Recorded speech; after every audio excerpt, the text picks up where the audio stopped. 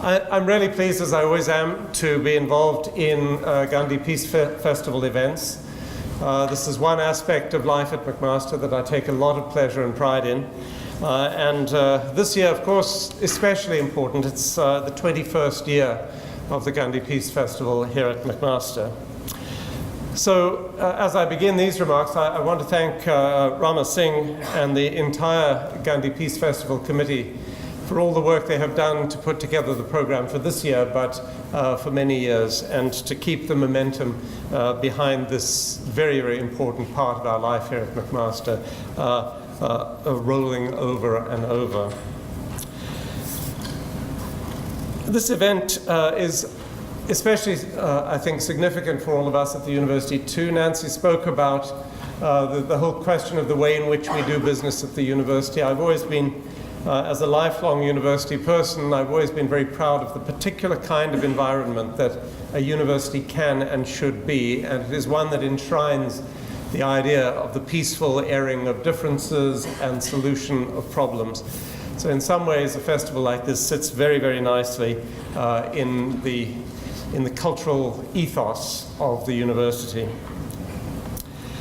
But I'm particularly pleased to welcome our guest lecturer, Dr. Ela Bhatt, a renowned champion of women's employment and a devout follower of the teachings of Gandhi. Dr. Bhatt is a firm believer in the power of simplicity in everyday life. While working in India's Textile Labour Association during the early 1970s, she observed the almost complete lack of rights and protection of rights and legislation protecting that, designed to support and protect female employees. This situation existed despite the fact that some 80% of women in India were economically active in a number of industries, such as selling produce, making incense, rolling cigarettes, working as cleaners and general laborers. Dr. Bhatt took it upon herself to unionize these workers, resulting in the launch of the Self-Employed Women's Association of India, or SEWA, in 1972. The SEWA Bank was established 2 years later to help self-employed laborers organize their finances. The bank is a unique cooperative entity owned by women as shareholders. And today, the SEWA Bank has more than 93,000 members making regular deposits, and it serves as a model for similar operations around the world. Now, throughout her remarkable career, Dr. Bhatt has been the recipient of numerous awards and accolades, including the Radcliffe Medal, the Livelihood Award, the Global Fairness Initiative Award, and the Ramon Magsaysay Award for Outstanding Community Leadership. In 2010, Dr. Bhatt was named World Social Entrepreneur of the Year. And in 2011, she was honored with the world-renowned Indira Gandhi Prize for Peace, Disarmament and Development, joining a very distinguished array of previous winners: Mikhail Gorbachev, Kofi Annan, Bill and Melinda Gates, and Jimmy Carter, all past recipients. We're thrilled to have her here at McMaster this evening. So please join me in welcoming Dr. Bhatt.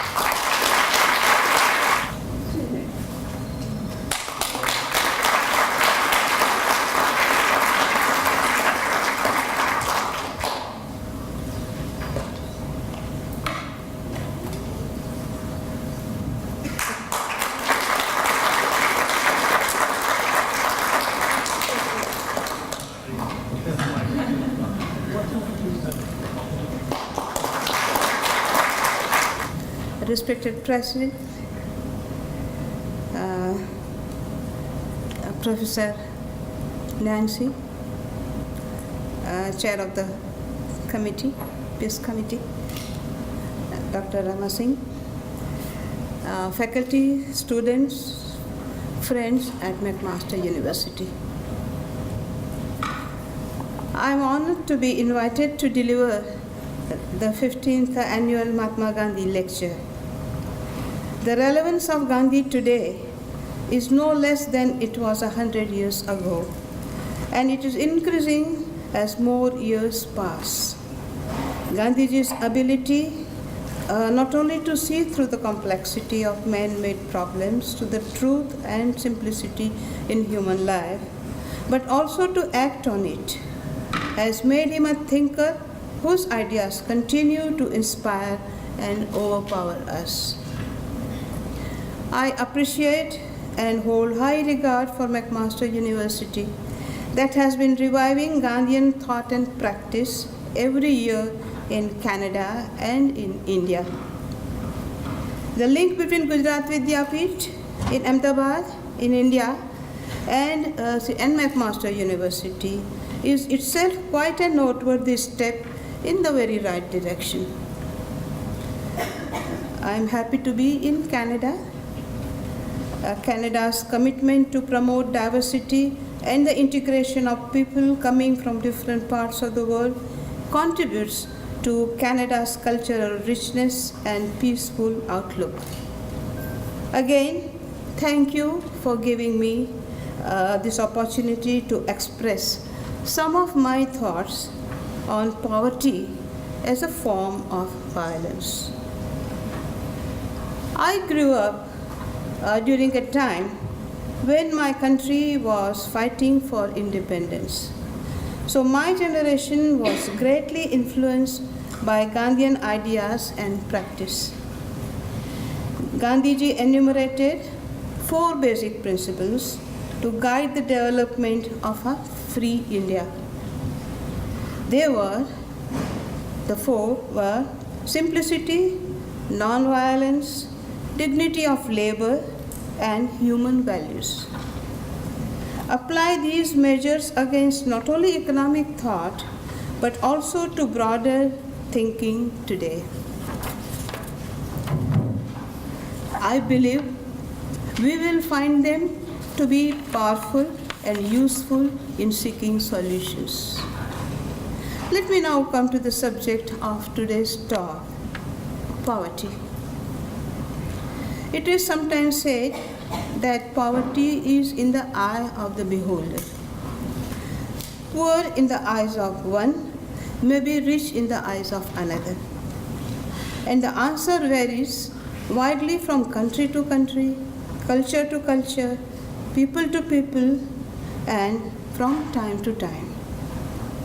Even those living on $1 a day, which is a widely accepted measure of poverty, they live vastly different lives on that $1.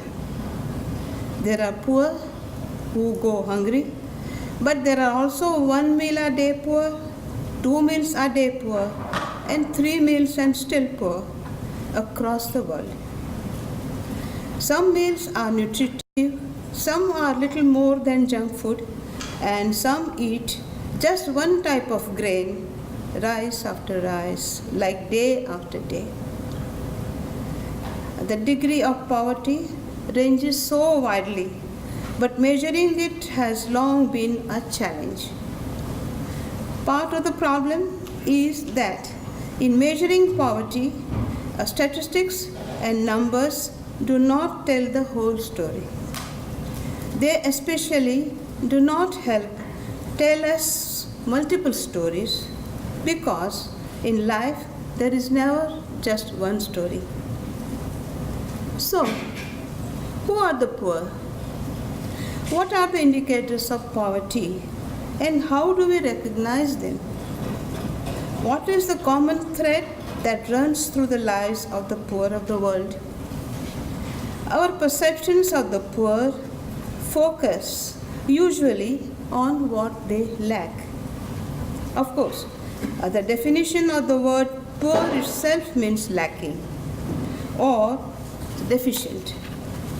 And it is true, the poor do lack the means to buy food or other basic necessities of life like housing, work, healthcare, or education, and most certainly they lack money.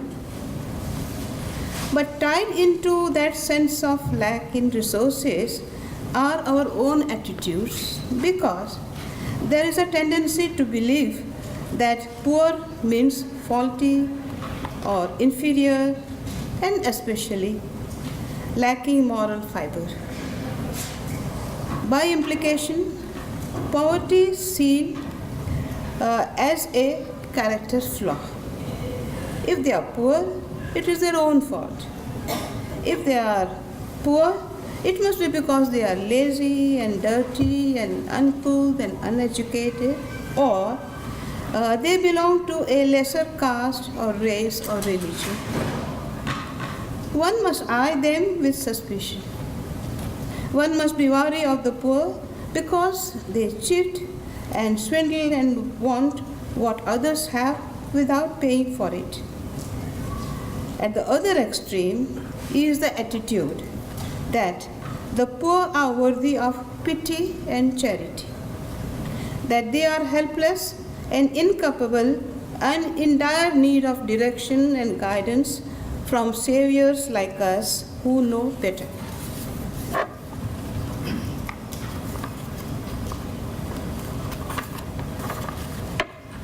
Somehow, we fail to associate words like strength, resiliency, resourcefulness, or dignity with poor.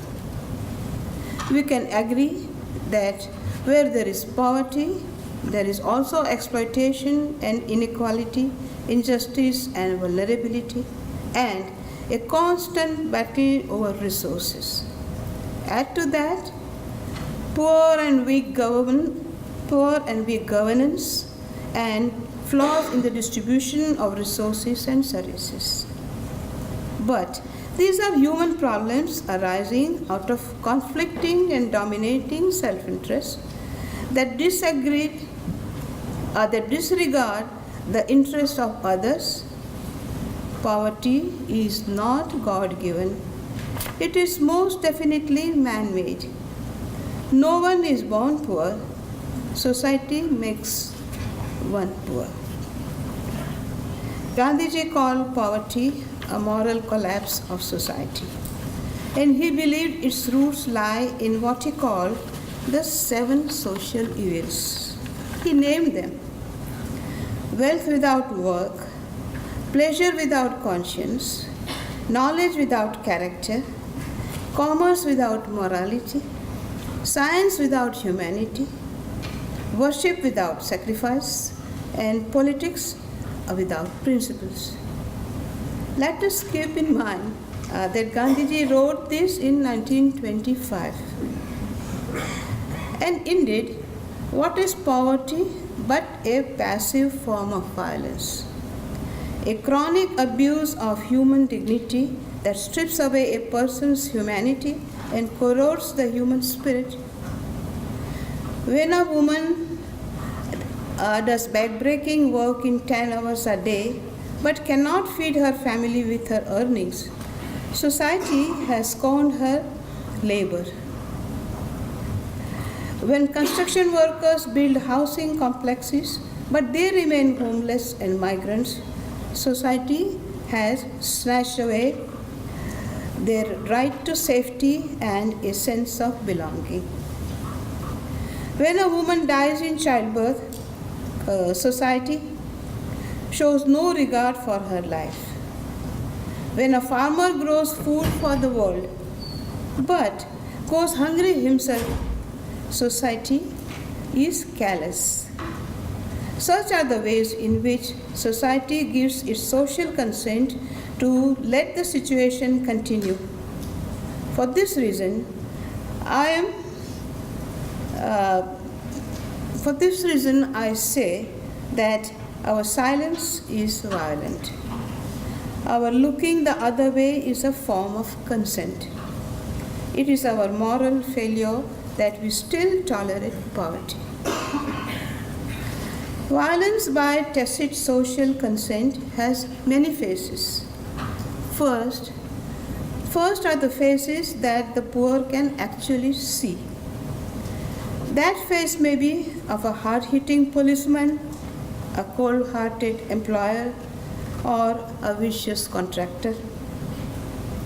Then there are the faces of a system that doles out humiliation and injustice like the government, labor department, the municipality, or the court that takes years to deliver judgment.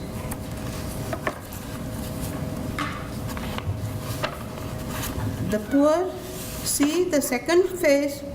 The poor see the second set of phases only after they have gained awareness. The third and the most distant phases belong to policy and lawmakers.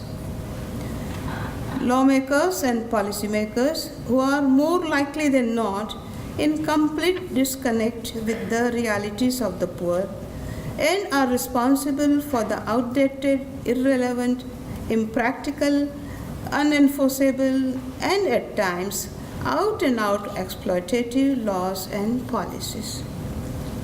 It takes time for us and for the poor to recognize these phases as perpetuators of poverty. When India plans for an 8% GDP growth but makes no provision for at least an 8% rise in income for the poor, it is consenting to perpetuate the pyramid. When the G20 meets to discuss the global economic slowdown, but makes no mention of the declining or destroyed livelihoods of millions of rural poor, particularly of women, is it not violence by neglect and denial? Federal banks regulate fiscal policy and interest rates to stabilize a country's economy. But they leave out of consideration those who are still unserved, unbanked by the banks.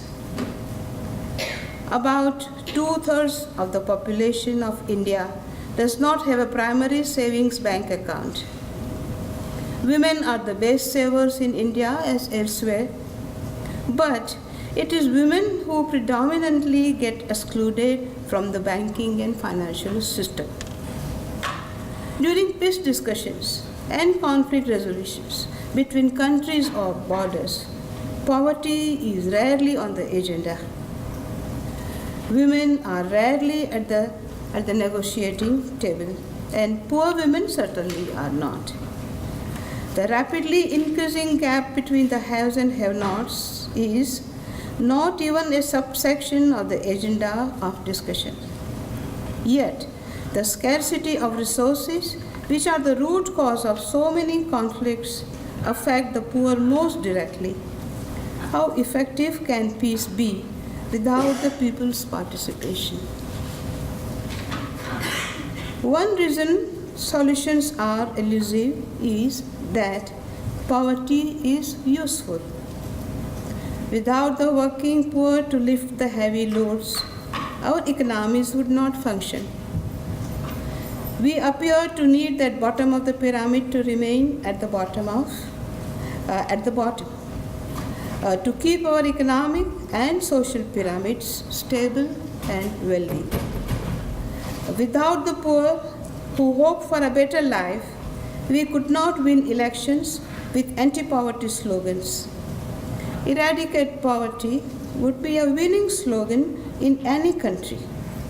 Without the anti-poverty rhetoric, but pro-poverty actions, we could not maintain a convenient status quo, whether economic growth is accelerating or slowing down. Even if the intention is noble, reality is something different. When reality becomes inconvenient, denial has become a very convenient response. Some leaders just make the poor disappear from national statistics, economic data, and 5-year plans. If one denies their existence, there is no need to acknowledge their contribution to the nation's GDP or to distribute the nation's wealth and resources fairly. If they do not exist, their voices can be silenced or ignored. Even the most benign state engages in a concerted effort to promise while at the same time containing the expectations of the poor. The multifaceted nature of poverty raises many questions. What kinds of structures or systems cause or perpetuate poverty? How can they be dismantled or transformed? What are the factors that render the poor vulnerable and open to exploitation? And how can the poor empower themselves so they can confront injustice? These are not academic questions, but questions that the poor confront in their daily lives. In academia, as elsewhere, we have come to believe that once we identify the cause of a problem, a solution is bound to follow. If only that was always true. The gap between those who identify and analyze problems and those who implement solutions is very wide. The thinkers and the doers have different motivations and different understandings of both the problems and the solutions. But what is vitally important is for the people with problems themselves to come up with their solutions. This does not mean that poor should not reach out to others, nor that others should not reach out to the poor. Even in dealing with answers to poverty, perceptions genuinely differ. Both academics as well as activists are in debate about who are the poor and how to reach them.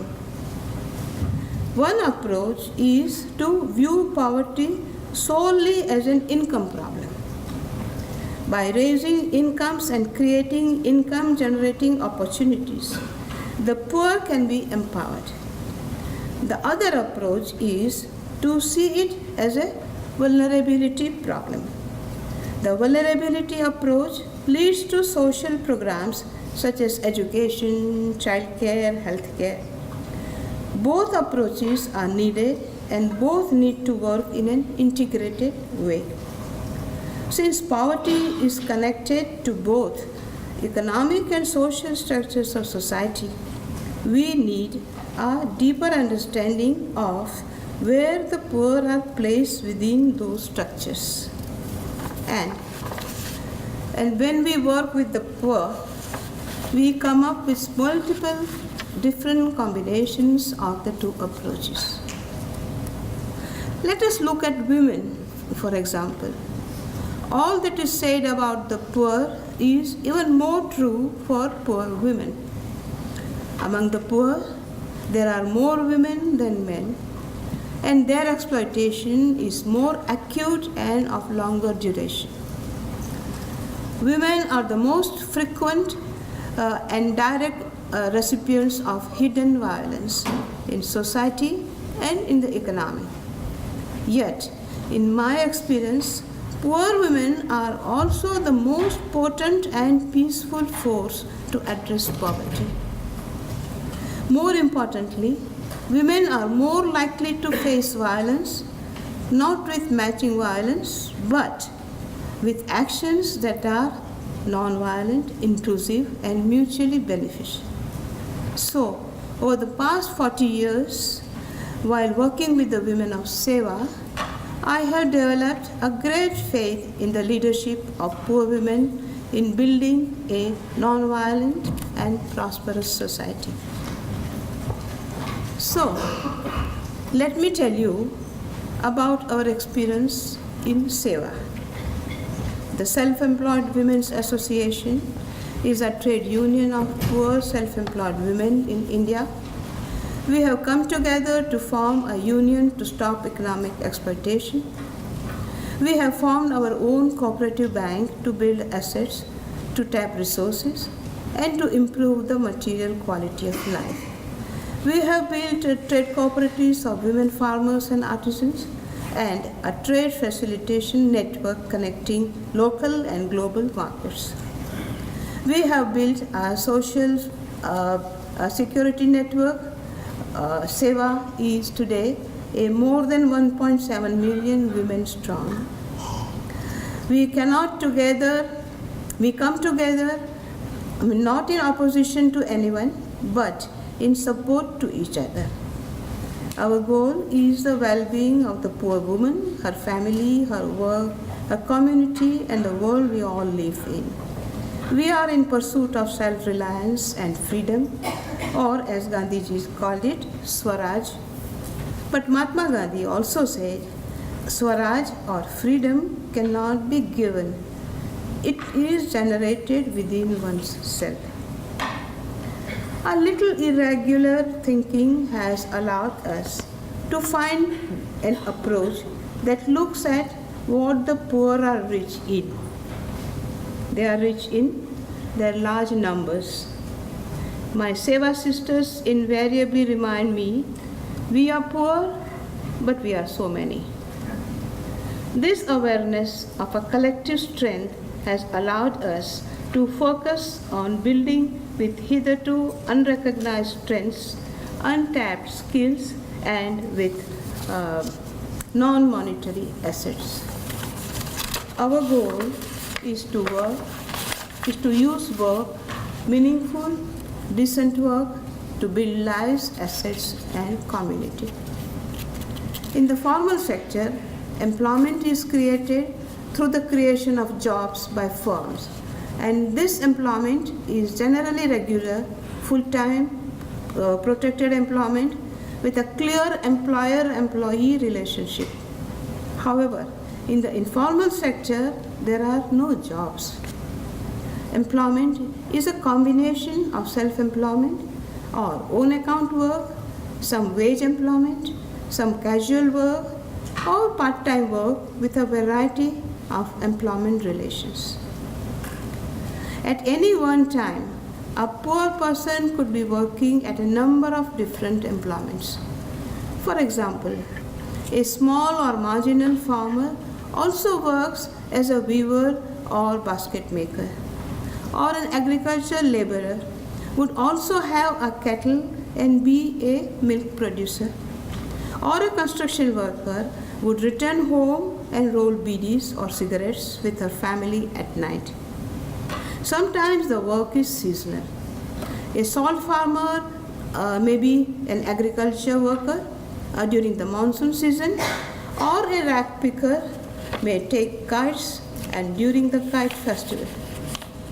Multiple forms of work are the norm among the working poor, and this risk distribution is key to their survival. Though managing many types of work has its own challenges, it reduces risk and provides opportunity to rearrange work and life as it unfolds. Creating employment is not a matter of creating jobs in the formal sector, but of strengthening the workers and producers who are already working in the informal sector to overcome structural constraints and enter markets to maximize their potential. Needless to say that those constraints and markets are created by society, and such commitments and markets let the poor remain poor. As a labor union, our underlying approach is to see the poor as workers and producers, rather than just as income deprived or vulnerable people. The first structural issue is their place in the economy. Where do they fit into the economy? What is their distribution to the economy, and what do they receive from the economy? What are the economic barriers they face? Our economic structures are closely connected with social structures. Barriers, for example, are closely connected with gender, caste, class. Furthermore, social needs such as health, childcare, education, and housing are all linked to economic capabilities, but also to the provision of social security by the state. Thus, market and state structures have the ability to determine both poverty as well as the well-being of the people. The interrelated nature of these structures emerges quite forcefully in our daily work. In dry rural areas, for example, The provision of drinking water is closely linked to the capability of women to enter the labor markets, so that when we try to intervene to link the embroiderers with markets, we find that we have to also take up the drinking water issue with the Gujarat Water Board and devise better drinking water schemes for the women. Similarly, while organizing women workers for better wages in tobacco processing plants, we were faced with the need for childcare for the children who otherwise would be spending their days playing in tobacco heaps, breathing tobacco dust while their mothers worked. Seva Bank is one of the pioneers of microcredit. Very early on, we discovered that without helping the small entrepreneurs to deal with changing markets and policies, we could not expect the loans to work toward poverty reduction. Since the economic and social structures are so interrelated, the solutions too have to be integrated. This means that there is no one formula for poverty reduction. Rather, it has to be an approach which addresses the various economic and social factors which cause and perpetuate poverty. Hence, Seva's approach has been an integrated approach, enforcing multiple approaches where various inputs are needed, not one after the other, but simultaneously. Our strategy of poverty reduction is a joint action of struggle and development. We strongly believe that the identification of barriers and hidden structural biases must come from the poor women themselves. Essentially, this process itself is one of self-empowerment. At Seva, we come together as workers and producers. We believe that productive work is the thread that first weaves the family and eventually our society together. When you have work, you have an incentive to maintain a stable society. You not only think of the future, but you can plan for the future. You can build assets that reduce your vulnerability. You can invest in the next generation. Life is no longer just about survival, but about investing in a better future.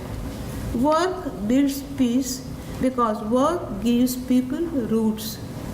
It builds communities and it gives meaning and dignity to one's life. In my experience, women are the key to building a community. Focus on women and she will grow roots of her family and work to establish a stable community. In a woman, we get a worker, a provider, a caretaker, an educator, and a networker. She is a forger of bonds. She is a creator and a part of the development process. Women bring constructive, creative, and sustainable solutions to the world. Based on my experience with the working poor in India, I would like to see an economy so well integrated with society that a human being's 6 primary needs are met with resources from a 100-mile radius. I call it the 100-mile principle. If food, shelter, clothing, primary education, primary health care, and primary banking, 3 types of goods and 3 types of services, basic, are locally produced and consumed, we will have the growth of a new holistic economy that the world will sit up and take notice. To conclude, when we put the human being, women included, at the center, we begin to get a more holistic and integrated view of development. We begin to correlate our activities with its impact on our own self, on the society we live in, and on the universe we live in. And in this way, we restore balance and harmony in the world. Thank you.